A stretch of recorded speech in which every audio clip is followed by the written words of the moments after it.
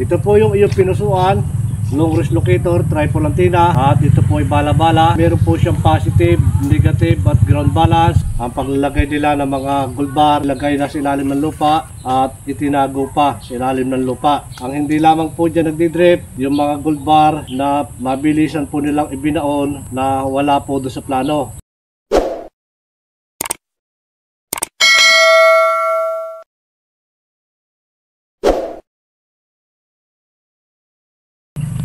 Isang mapagpalang araw po at magandang buhay sa ating pong mga kababayan, sa ating pong mga ka-TH. Demo pa rin po ng long range locator, triple antenna, ang pinusuan po ng ating sa ka-TH mula po sa probinsya ng Cagayan Valley. Ito po yung iyong pinusuan, long range locator, triple antenna, at ito po ay bala-bala. Kung ano po yung ating ibabala, yun po ang ilulukit ng ating triple antenna. So ito mga ka-TH, mga kababayan, ito po ang ating triple antenna ay meron po siyang positive, negative at ground balance na kapag ginamit mo po sa ilalim at in-estimate po yung lalim na huhukayin, kapag narating mo na po yon at napalampas ka, ang locator po natin ay hindi na po siya ikot at magtuturo na po siya ng panibagong direksyon na kung saan po tayo magdidrip. So mga kababayan, mga ka-TH, mahalaga pa rin po na akin pong ibinabahagi na ang pagbabaon po ng mga hapon, ang paglalagay nila ng mga gold bar, inilagay na sa ilalim ng lupa at itinago pa sa ilalim ng lupa. So mga ka-TH, ang hindi lamang po dyan nagdidrip, yung mga gold bar na mabilisan po nilang ibinaon na wala po doon sa plano at maaaring doon lang po yan sa ilalim ng punong kahoy na mababa, so wala po yung mga poison. So mga ka-TH, mga kababayan, meron po akong pambala dito. Ito po yung ring na 18 carats na siya kung gagamitin bala sa ating pong triple antenna. At meron po akong ilulukit dito. Ito po yung gold, marami pong ring ito na 18 carats Saudi gold lahat. Ito pa rin mga ka-TH, mga kababayan, gamit po ang triple antenna na may bala po siyang 18 carats at 18 carats din po yung aking ilulukit.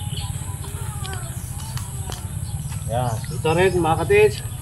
At muli pa rin po, huwag natin kakalimutan yung dulo ng antenna na kailangan po natin ipahid sa lupa.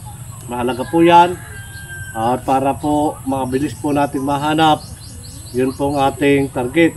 So focus pa rin po yung kaisipan at dapat hindi po naglalayag sa paghawak pa rin po natin ng triple antenna. Kailangan mga ka-TH, pag itinas po natin yan, dapat pantay po yan. Yan ka-TH, lagi nyo pong tatandaan yan, at hindi po malayo sa ating dibdib, kasarapan lang yan. At pag itinaas mo, tamang taas, tungo ng konti. So ganyan po mga ka-TH, yung paggamit po lahat na mga manual na locator at maging mga battery operated. So ito pa rin mga ka-TH, kapag taas po natin ang triple antenna, ganyan pa rin po yan, ay dyan na po agad siya magtuturo. Ayan, dyan po yan. So kapag itinas po natin ang triple antenna, doon po siya magtuturo sa atin pong target. So ganyan po yan, ganyan po yung ating triple antenna. Wala po siyang ibang lulukit kundi yun lamang po ang ating target na nakabase po yan sa ating pong bala. Kapag binalahan po natin ito ng diamond at meron pong gold dyan, hindi po ilulukit na locator yung gold. Diamond po ang nakabala natin, yun po ang kanyang ilulukit. So ito pa rin, yan pa rin yan. Diretsyon do ka-TH sa ating pong target. Ayan, ganun po siya kalakas. Ayan.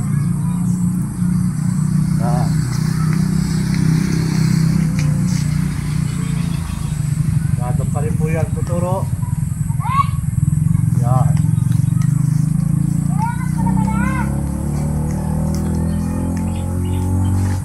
Pa rin, wala pa rin po sa baba.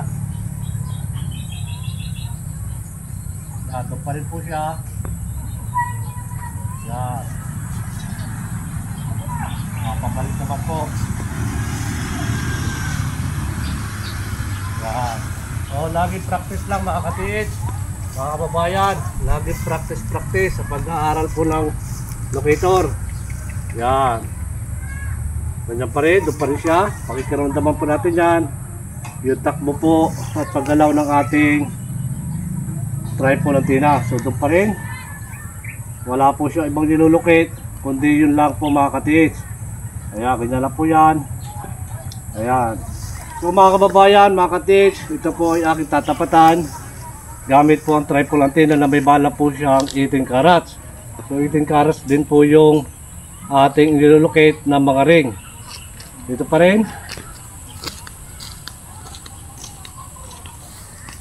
Papagamit po natin katiits ng ground. Yan, dyan pa rin siya. Ayan, ito pa rin mga katiits. Ito po yung ating target. Ayan, ito katiits. Yan, ito po yung ating tripod antenna. Yan, natatapatan ko po yung ating target. At kapag natapatan po yan, ang ating tripod antenna po ay kusang ikot. Yan mga katiits, sa paano po. Pagbuo na po yung kanyang frequency, ganyan po yung magiging resulta. Umiikot po siya kapag natapatan po yan. Ito po yung counterclockwise. Kapag natapatan po natin ang gold, ang aura ng gold, yan, ganyan po yan. Yan, ito po yung pinusuan ng ating sa katiits mula po sa probinsya ng Cagayan Valley. Yan, ito po yung pinusuan ng ating sa katiits. Yan, dito pa rin mga katiits, ito po ay pagbabahagi ko ng kaunting kaalaman para po doon sa ating mga katiits na bago pa lamang po hahawak ng locator o ano bang klase locator. Pwede nyo po subukan kung ano po yung aking mga binabahagi. So ganyan po yung paggamit ko ng locator na dapat hindi po natin kontrahin at para makalocate po tayo kung ano po yung ating hinahanap. Kaya dyan pa rin. Tungo lang konti sa konti. Kaya doon pa rin po siya nagtuturo. Kaya ganyan pa rin. Ito pa rin. Ang pangalawang pagkakataon mga katiits, muli ko pa rin ito tatapatan. Ayan, kung gano'n po kalakas yung ating 18 karat. Ayan, basta po yan na matapatan.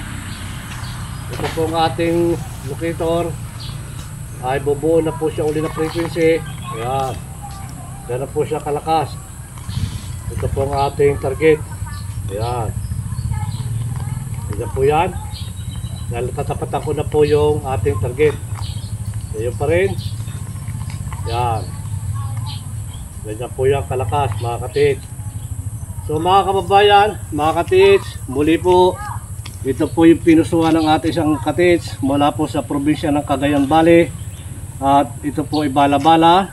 So kapag nagbala ka po diyan na mayroong gold, mayroong silver, mayroong diamond, hindi po pwede yun. Isa-isa lang mga katiits sa paggamit po ng locator at yan po ay bala-bala. So mga kababayan, mga katiits, maraming salamat po muli. Pagpalain tayo ng maraming biyaya at higit po ang isang magandang kalusugan. God bless us, ating lahat po.